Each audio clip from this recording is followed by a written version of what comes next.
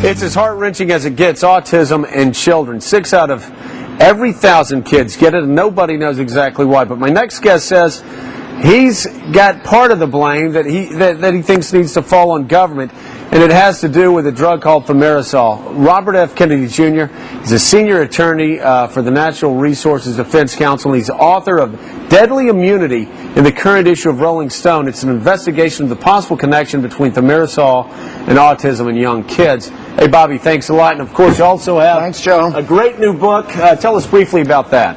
First of all, let me say that the Deadly Immunity piece on thimerosal is also running on Salon.com simultaneously. The two magazines ran at the same time.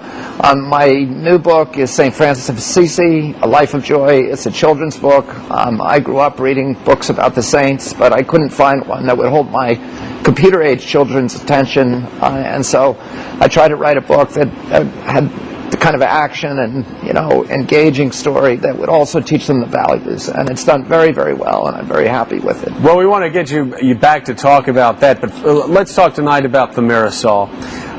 There are a lot of people out there. When I was practicing law, in fact, I need to say this, we actually practice in the same law firm, no lawsuits regarding thimerosal, so we can get that off the record. But still, there are a lot of people, a lot of Americans, very concerned about the impact of this drug, which is found in vaccines, and how it causes autism. Talk about that. Thimerosal is a preservative that was put in vaccines back in the 1930s.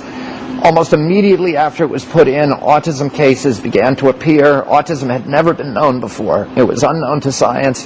Then the vaccines were increased in 1989 by the CDC and by a couple of other government agencies. Okay, let me stop you there. That's an important date, and I'll tell you why. My son, born in 1991, has a slight form of autism called Asperger's. But it seemed, and again, when I was practicing law, and also when I was in Congress, parents would constantly come to me, and they'd bring me videotapes of their children, and they were all around the age of my son or younger. So something happened in 1989. Exactly. What happened was the vaccine schedule was increased. We went up from receiving about 10 vaccines in our generation to these kids received 24 vaccines.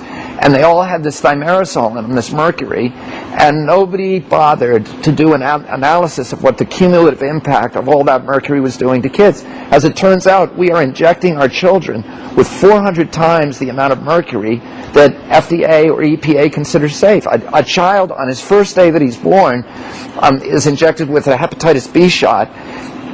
Under EPA guidelines, he would have to be 275 pounds to safely absorb that shot. And yet we're just constantly pumping our kids with these vaccines. Where's the federal government in all what happened was that in 1988, 1 in every 2,500 American children had autism. Today, 1 in every 166 children have autism, and plus 1 in 6 children have other kinds of learning disorders, other kinds of neurological disorders, speech delay, language disorders, ADD, hyperactivity, that all seem to be connected, that are all connected, the science shows are all connected to autism. You know, Bobby, what we've always found, you and I could debate 1,000 different issues, whether it's Terry Schiavo or the environment. I think would agree on the environment.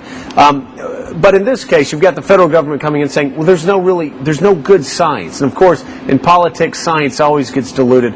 Why hasn't the federal government stepped up and worked more? Because listen, Bobby, I can't prove it tonight. You can't prove it. But intuitively, you look at the spike, you look at what happened with thimerosal, there is no doubt in my mind, maybe it's 2 years from now, maybe it's 5 years from now, maybe it's 10 years from now, we're going to find out that thimerosal causes, in my opinion, autism. You know what? The science is out there today for anybody who bothers to read it. And I have read it. Actually, on my website this week, robertfkennedykjr.com, I'm publishing an article that goes through all of the science. But the science is clear. And what happens is, I read the science at first, and there's literally hundreds and hundreds of studies that connect thimerosal to these disastrous neurological disorders. Then I talked to the scientists. Then I went and I talked to the federal bureaucrats who are defending thimerosal. And I said, what are you relying on? And I looked at the science they're relying on, and I can tell you, Joe, it is so weak. And you and I have seen, legal practice with junk science, and we know, what these phony scientists are who create this stuff. It happens in big tobacco. Right. It happens in big oil. And it's happening in global warming. And now it's happening in a way that's impacting our kids' lives. This is classic tobacco science. It is junk science. And I was looking at these reports and saying, this is the best. This is what you're relying on. They know it's fraudulent. Okay. And now we have the transcripts. Explain it to me, Bobby, okay? I mean, explain it to me. If that's the case, okay, you and I both know about politics, obviously. Politicians like to get reelected. Why are they sitting back and, if our children are being poisoned, if the science is there, why are they sitting back and letting our children be poisoned?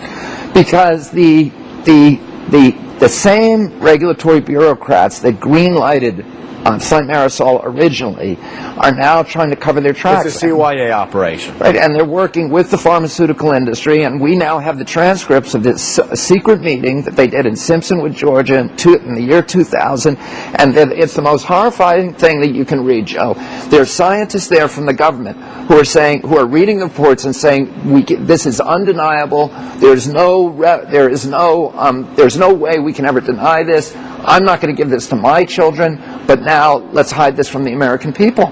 And it's, it is that clear, and this is what I write about. It's this language that I write about in the Rolling Stone piece and the Salon piece that, is so shocking, where we have the guys who are supposed to be protecting Americans' health who are actually conspiring to keep this stuff in the vaccines. And I can't say what lawsuit we were both involved in. I don't want to say it, but it reminds me of a lawsuit we were involved in a couple years ago regarding water quality, where the people that polluted in our community and then left our community would have never drank the water that our children grew up drinking. And it's a disaster. It's a disgrace.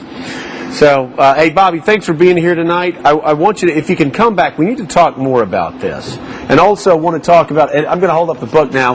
We actually lured Bobby in to say that we were going to talk to him about this book, but actually he said he wanted to talk about this instead. I appreciate you being here, Bobby, as always, and let's get you back. Thanks a lot, Joe. And let's get you running for a public office. I will defend your honor whenever any Republican says anything nasty. Well, that counts for a lot. Thanks a lot, Joe. Yeah, that and a quarter, right? Get you a cup of coffee. We'll be right back in a second in Scarborough Country.